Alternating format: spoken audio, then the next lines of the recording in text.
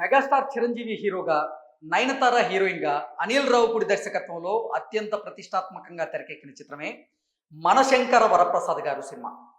ఈ సినిమా తెలుగు చిత్ర పరిశ్రమ నుంచి ఈసారి సంక్రాంతి బరిలో నిలిచి, గెలిచి, సత్తా చాటి ప్రొడ్యూసర్లకైతే కాసుల వర్షం కురిపిస్తుంది. జనవరి 12వ తేదీన ప్రపంచవ్యాప్తంగా ఒక రీజనల్ సినిమాగా మనశంకర వరప్రసాద్ గారి సినిమా విడుదలై బాక్సాఫీస్ వద్ద సత్తా చాటుతూ ఉంది. విడుదలైన నాటి నుంచే పాజిటివ్ టాక్తో అయితే దూసుకు వెళ్తోంది. కేవలం 2 తెలుగు రాష్ట్రాల్లోనే కాదు, ఓవర్సీస్లో కూడా విపరీతమైనటువంటి కలెక్షన్స్ రాబడుతూ ఈ సినిమా దూసుకు వెళ్తూ ఉంది.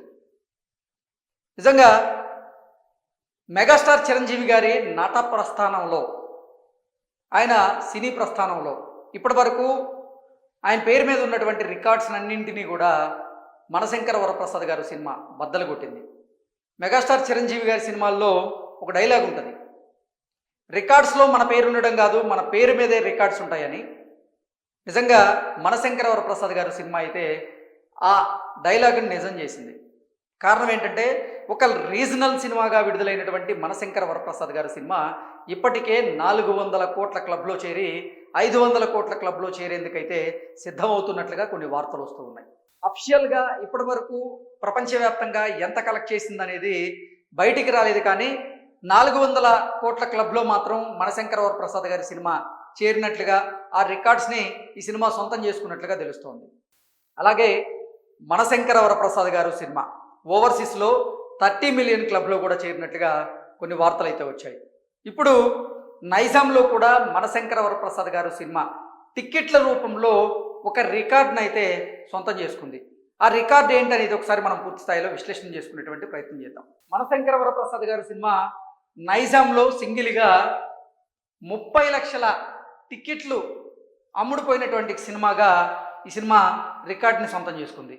ఒకసారి మనం విశ్లేషణ కనుక చేసుకుంటే, megastar rampage continue across every territory, 30 lakhs plus audience have witnessed and celebrated మనశంకర Varaprasad గారు on the big screens in Nizam area alone.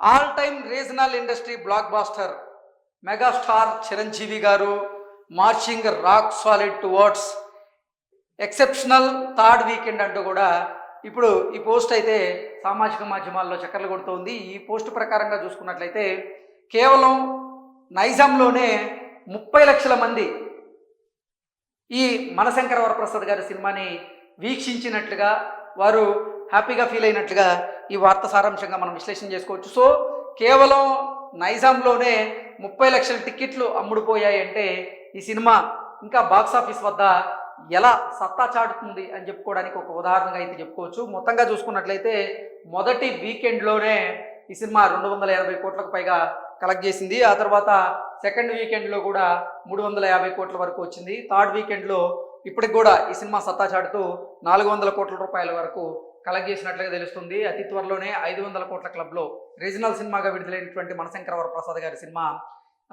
సత్తా చాటేటువంటి అవకాశం అయితే ఉంది. కేవలం నైజాంలోనే ఈ సినిమా అని 30 లక్షల మంది చూసినట్లుగా అదొక రికార్డుగా, అంటే మెగాస్టార్ చిరంజీవి గారి సినీ ప్రస్థానంలో అదొక మైలురాయిగా, రికార్డుగా అయితే ఈ సినిమా రికార్డును సొంతం చేసుకున్నట్లుగా తెలుస్తోంది. Thank you so much.